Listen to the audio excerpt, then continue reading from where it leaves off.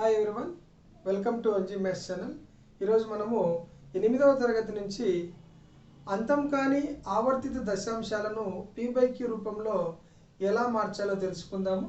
నేను తీసుకున్న ఆవర్తిత దశాంశాలు 0.9 bar, 0.57 bar, 0.729 bar, 12.28 bar. ఇక్కడ బార్ కింద ఉన్న అంకెల గుంపును వ్యవధి అంటాము.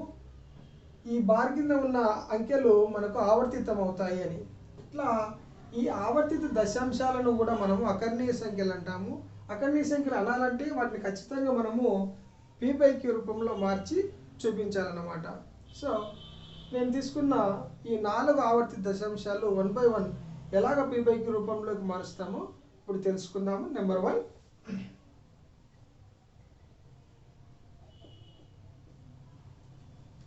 ఒకటవది వచ్చేసి 0.9 బార్. మొదటగా మనము ఇచ్చిన దశాంశ సంఖ్యను x అనుకోవాలి. x is equal to 0.9 bar. తర్వాత ఇక్కడ చూస్తే బార్ కింద ఉన్న అంకెల గుంపు అంటే ఎన్ని అంకెలు ఉన్నాయి, మరి ఎన్ని అంకెలు ఉన్నాయి, ఒకే ఒక అంకె రిపీట్ అవుతుంది కాబట్టి దాన్ని అవధి అంటాము. దాని అవధి వచ్చేసి 1. అవధి 1 అయినప్పుడు మనము ఈ సమీకరణాన్ని ఇరువైపులా దేంతో గుణించాలంటే 10తో గుణించాలి. ఒక్కసారి దీన్ని ఎక్స్పాన్షన్ అంటే విస్తరించిన తర్వాత 10తో గుణిద్దాము. x is equal to 0.9 bar అంటే ఈ 9 అనే అంకె మనకు ఆవర్తితం అవుతుందని అర్థము. 9 9 9 సో అనంతంగా ఆవర్తితం అవుతుంది అని అర్థం. తర్వాత ఇక్కడ బార్ కింద ఒక అంకె ఉంది కాబట్టి అవధి 1 అంటాము. అవధి 1 అయితే మనము ఈ సమీకరణాన్ని ఇరువైపులా 10చే గుణించాలి. సో ఇరువైపులా 10చే గుణించగా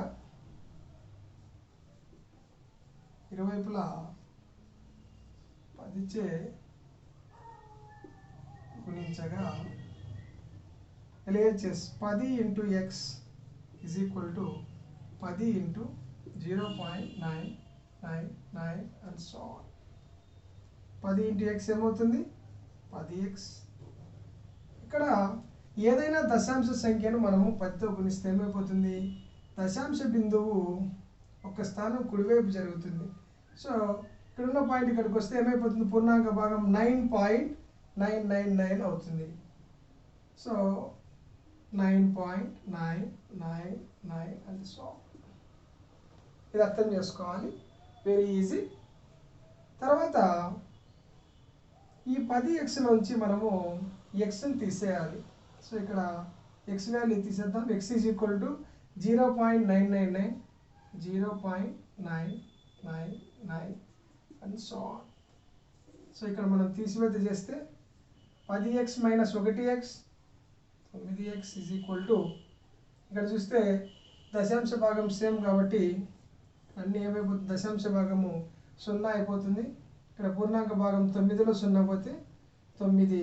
so 9x is equal to 9, x is equal to 9/9 or x is equal to 9/9 అంటే 1. సో ఇక్కడ p/q మీన్స్ 9/9 ఆర్ 1/1. ఇది ఒకటవది, వెరీ సింపుల్. మనకు ఆన్సర్ ఇదైనా, ఈ రెండు కరెక్టే. రెండవది 0.57 బార్ను p/q రూపంలో ఎలా రాస్తాం? ఇక్కడ కూడా మనం ఇచ్చిన దశాంశ సంఖ్యను x అనుకుందాం. 0.57 బార్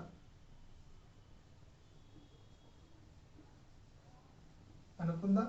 తర్వాత ఇక్కడ బార్ కింద ఎన్ని అంకెలు ఉన్నాయి? 2 అంకెలు ఉన్నాయి. సో 5 7 అనే వ్యవధి రిపీట్ అవుతూ ఉంది కాబట్టి దాని అవధి వచ్చేసి 2. అవధి 2 అయినప్పుడు మనము ఇరువైపులా 100చే గుణించాలి. సో ఫస్ట్ ఒకసారి విస్తరించి రాసిన తర్వాత 100చే గుణిద్దాము. x ఈజ్ ఈక్వల్ టు 0.57 అనే వ్యవధి రిపీట్ అవుతూ ఉంది. 5 7 5 7 5 7 అండ్ సో ఆన్. తర్వాత ఇరువైపులా అవధి 2 కాబట్టి మనం 100తో గుణించాలి. 10 స్క్వేర్. ఇరువైపులా 100చే గుణించగా ఏమవుతుంది? LHS ఎక్స్ను 100తో గుణిద్దాం. 100 × x is equal to 100 × 0.575757 and so on. మరి 100 × x ఏమవుతుంది? 100x ఈజ్ ఈక్వల్ టు 100తో గుణించడం ద్వారా దశాంశ బిందువు 2 స్థానాలు కుడివైపు పోతుంది, అంటే విలువ పెరుగుతుంది. పెరిగితే ఇక ఇక్కడున్న పాయింట్ ఇక్కడికి వస్తే పూర్ణాంక భాగం ఏమైపోతుంది? 57 అవుతుంది. 57.5757 అవుతుంది. సో RHS విలువ 57.575757 అండ్ సో ఆన్. మరి యాజ్ యూజువల్గా మళ్ళీ 100xలోంచి ఈ x విలువ మనం తీసేయాలి. x ఈజ్ ఈక్వల్ టు 0.01 స్థానం ఎక్కడ ఉంది? 0.57575757 సో తీసేయాలి ఈ రెండు సమీకరణాలు. తీసేస్తే 100x - 1x 100xలో ఒక x తీసేస్తే 99x ఈజ్ ఈక్వల్ టు, ఇక్కడ చూస్తే దశాంశ భాగం సేమ్. సో దశాంశ భాగం అంతా ఏమైపోయింది? మనకు 0 అయిపోయింది. పూర్ణాంక భాగంలో 57లో 0 పోతే మనకు 57, అంటే 57.000 అంటే 57తో సమానం. 57 అనే పూర్ణ సంఖ్య. 99x is equal to 57. x is equal to 57/99. 57/99. So దీని విలువ 57/99. మరి ఇలాగే 3, 4 వాటిని కూడా మనము p/q రూపంలోకి మార్చవచ్చు. బోర్డు తుడిపేద్దాం. తర్వాత మూడవ దశాంశ సంఖ్య ఏమది? 0.729 బార్. ఇక్కడ అవధి వచ్చేసేమి? ఇక్కడ కూడా బార్ కింద 29 అనే వ్యవధి రిపీట్ అవుతా ఉంది కాబట్టి అవధి వచ్చేసి ఇక్కడ 2 అంటే 10² మనము 100తో గుణించాల్సి ఉంటుంది. యాజ్ యూజువల్గా ఇచ్చిన దశాంశ సంఖ్యను ఏమనుకోవాలి? x అనుకోవాలి. x is equal to 0.729 bar. ఒకసారి విస్తరించి రాస్తే x ఈజ్ ఈక్వల్ టు 0.7292929 ఈ వ్యవధి మనకు ఆవర్తితం అవుతుంది. ఏం చెప్పినాం? అవధి వచ్చేసి 2 అయితే మనము 10⁻2 అంటే 10² అంటే ఏమి? 100. 100తో సమీకరణాన్ని గుణించాల్సి ఉంటుంది. సో నేను ఇరువైపులా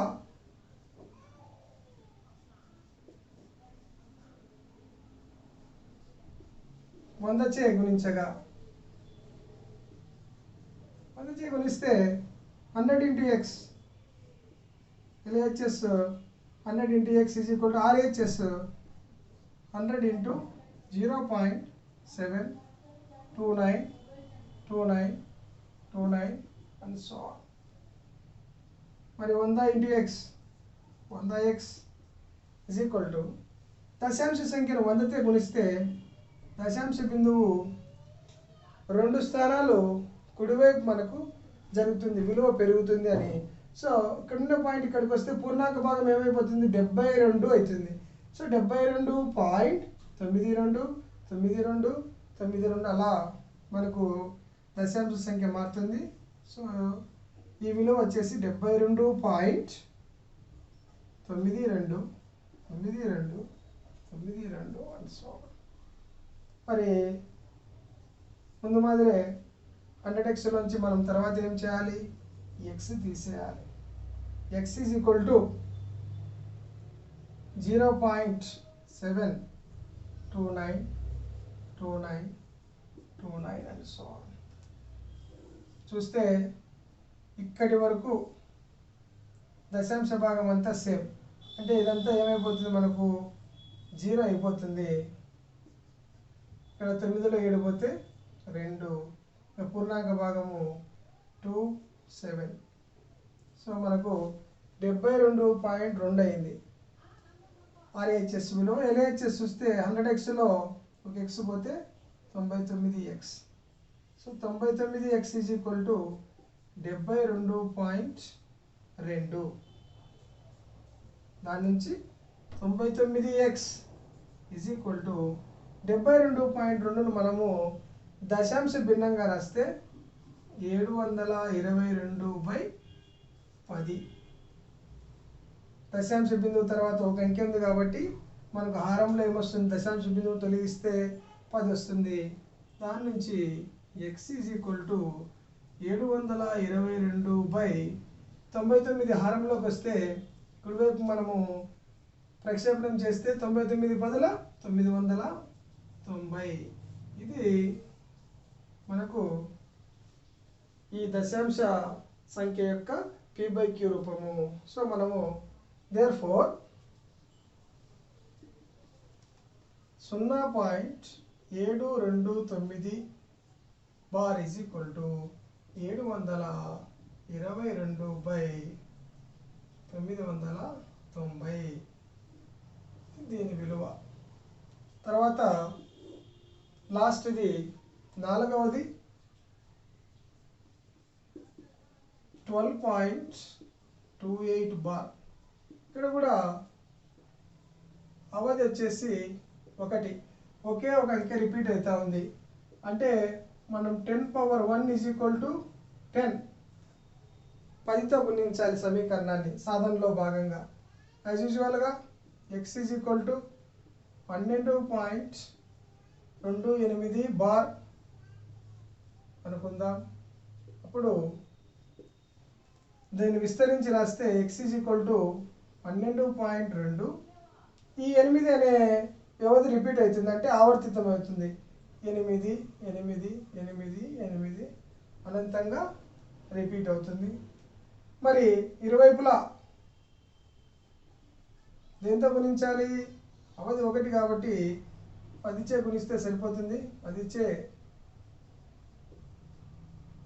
గుణించగా దీని విలువ 10 × x is equal to 10x.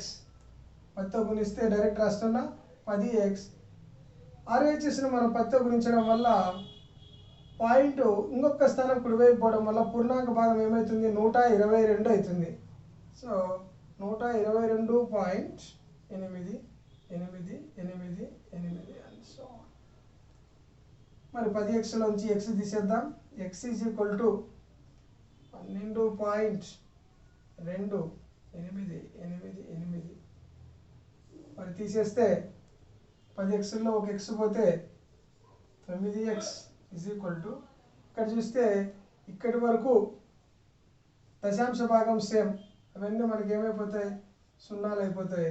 ఇక్కడ 8లో 2 పోతే 6, 2లో 2 పోతే 0, 1 1 110.6. therefore 9x is equal to 110.6. 9x is equal to 1106 దశాంశ బిందువు తర్వాత ఒక స్థానం ఉంది కాబట్టి హారంలో మనకు 10 వస్తుంది. ఈ 9ని కూడా మనము కుడివైపు పంపిస్తే హారంలోకి పోతే 9 10ల 90 అయిపోతుంది. x is equal to 1106/90. x అంటే ఏమి? 12.28 bar is equal to 1106/90. So ఈ విధంగా మనము ఆవర్తిత దశాంశాలను లేదా ఆవృత దశాంశాలను అకర్ణీయ సంఖ్యా రూపము p/qలోకి మార్చవచ్చు. మరి వీటిని మార్చడానికి కొన్ని సింపుల్ షార్ట్కట్లు కూడా ఉన్నాయి. ఒక్కసారి వీటన్నిటి ఆన్సర్లు రాసి దాని నుంచి ముందుకు పోదాం మనము.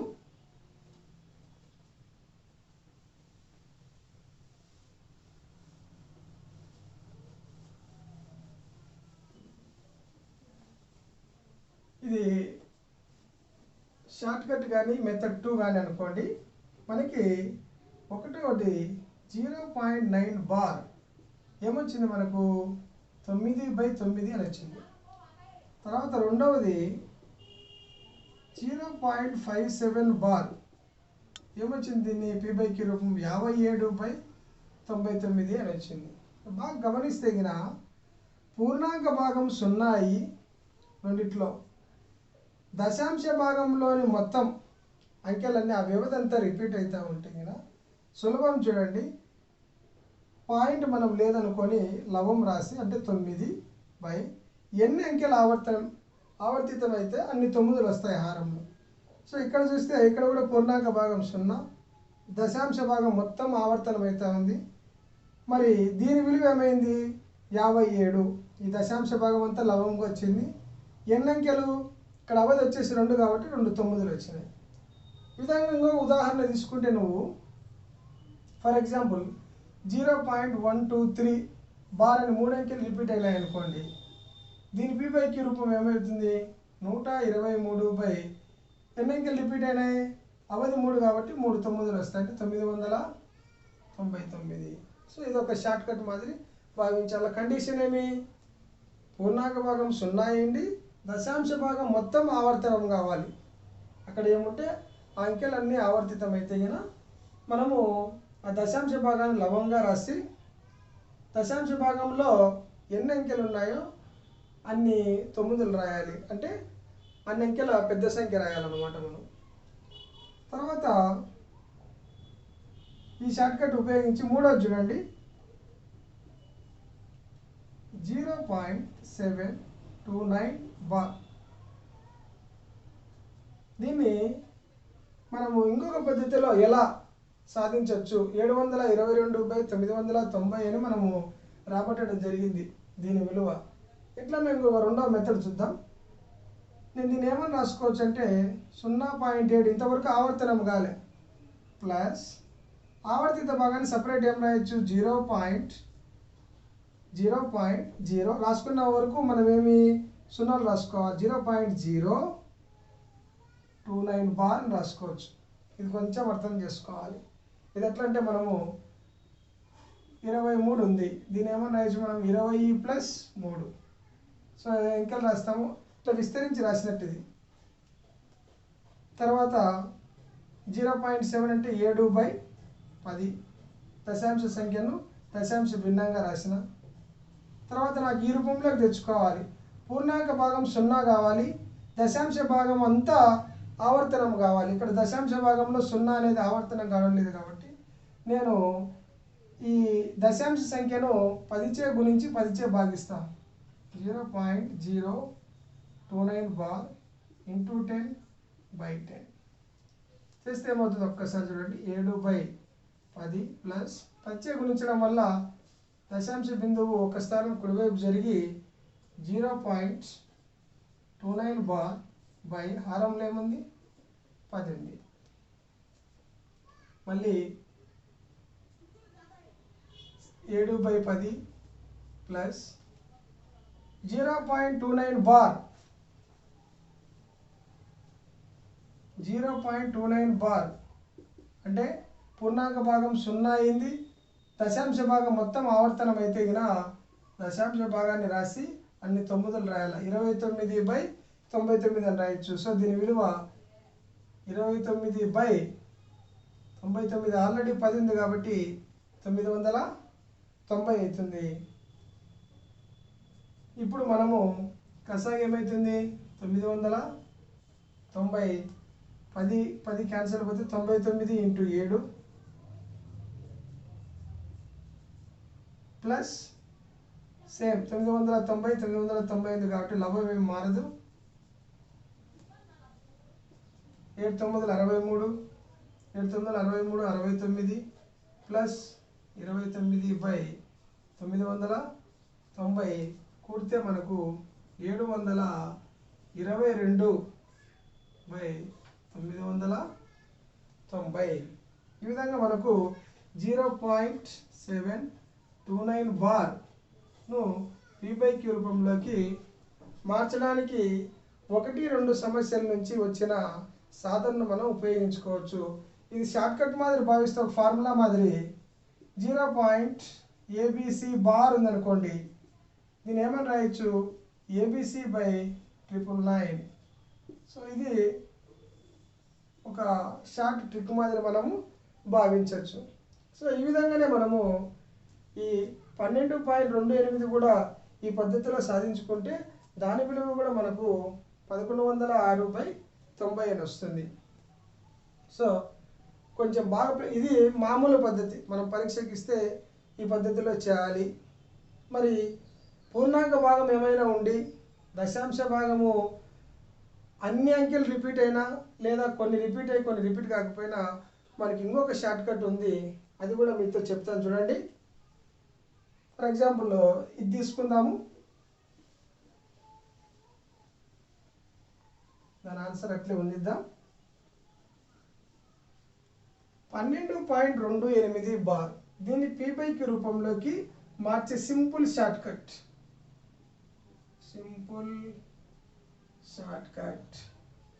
Simple trick, very very important, useful.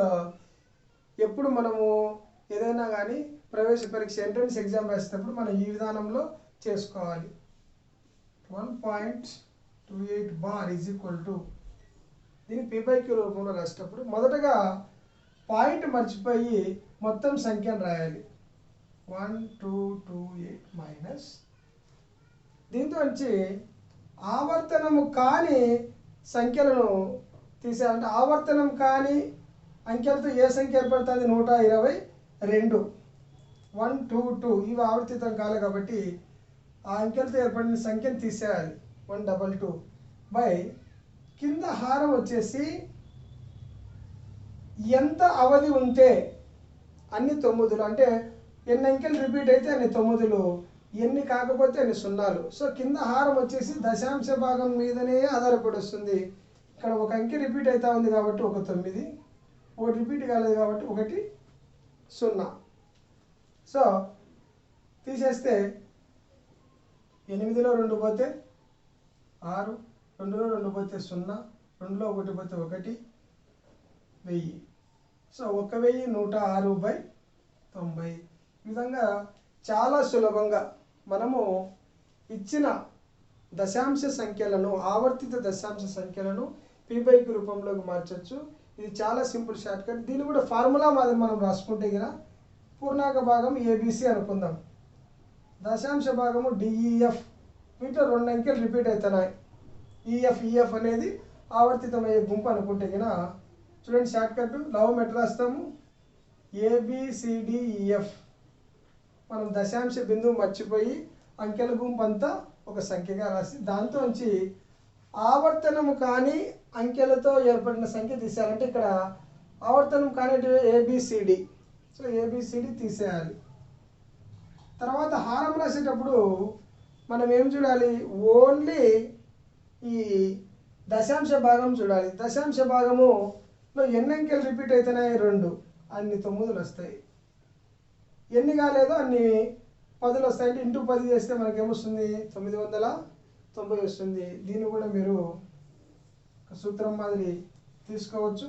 ఒక చిన్నది మనకు 8వ తరగతిలోనే ఉదాహరణ ఉంది ఒకటి, ఒక చిన్న ఉదాహరణ చూడండి. 15.327 మొత్తానికి బార్ ఉంది అనుకుందాం. ఇప్పుడు దీన్ని ఏ విధంగా చేయొచ్చు? షార్ట్ కట్ ప్రకారము 15,327 మొత్తం సంఖ్య రాసి మైనస్ ఆవర్తనం కాని భాగం అంటే 15 బై దశాంశ భాగంలోని అంకెలు అన్నీ రిపీట్ అవుతున్నాయి కాబట్టి మనకు అన్ని 9 వస్తాయి. తీసేస్తే 7లో 5 పోతే 2, 2లో 1 పోతే 1, 100, 1000, 10,000 బై 999. ఇది 15.327 బార్ యొక్క p/q రూపము. ఈ విధంగా మనము ఏదైనా ఆవర్తిత దశాంశ సంఖ్య ఇస్తే దాన్ని p/q రూపంలో మార్చవచ్చు. ఈ రెండు వెరీ వెరీ ఇంపార్టెంట్. పూర్ణాంక భాగం 0, దశాంశ భాగం అంతా ఆవర్తితమైతే దాన్ని ఈ విధంగా రాసేయచ్చు. దశాంశ భాగం రాసి ABC బై ఎన్ని అంకెలు రిపీట్ అయితే అన్ని 9. ఇన్ కేస్ అట్లా కాలే, పూర్ణాంక భాగం ఉంది, దశాంశ భాగంలో కొన్ని అంకెలు మాత్రం రిపీట్ అవుతాయంటే మొత్తము అన్ని అంకెలతో ఏర్పడిన సంఖ్య రాసి దాంతో నుంచి ఆవర్తనము కాని అంకెల గుంపును తీసేయాలి. తీసేసి కింద దశాంశ భాగం చూసి దశాంశ భాగంలో ఎన్ని అంకెలు ఉంటే అన్ని అంకెల సంఖ్య వస్తుంది. ఎన్ని అంకెలు రిపీట్ అవుతాయో అన్ని 9లు, ఎన్ని కావో అన్ని 10లు, అంటే అన్ని 0లు వస్తాయి. ఇది ఒక షార్ట్కట్గా మీరు భావించి చేస్తే కనుక సులభంగా సాధించవచ్చు, సులభంగా సరిచూసుకోవచ్చు. మామూలు యూజువల్ మెథడ్లో సాధారణ పద్ధతిలో చేసినప్పుడు వచ్చిన ఆన్సరు ఈ ఆన్సర్ ఒకటే వస్తే కనుక మనం కరెక్ట్ చేసినామని అర్థం చేసుకోవచ్చు. 1-2 సార్లు వీడియో చూడండి. 2-3 మెథడ్లు చెప్పడం జరిగింది, షార్ట్కట్ చెప్పడం జరిగింది, ఆల్టర్నేట్ మెథడ్ రెండో పద్ధతి చెప్పడం జరిగింది. తర్వాత యూజువల్ పద్ధతి మనం ఎక్స్ అనుకొని దాన్ని అవధి ఎంతైతే అంత 10 యొక్క ఘాతంతో గురించి చేసే పద్ధతి చెప్పడం జరిగింది. అర్థం చేసుకుంటానని భావిస్తూ థ్యాంక్ యూ.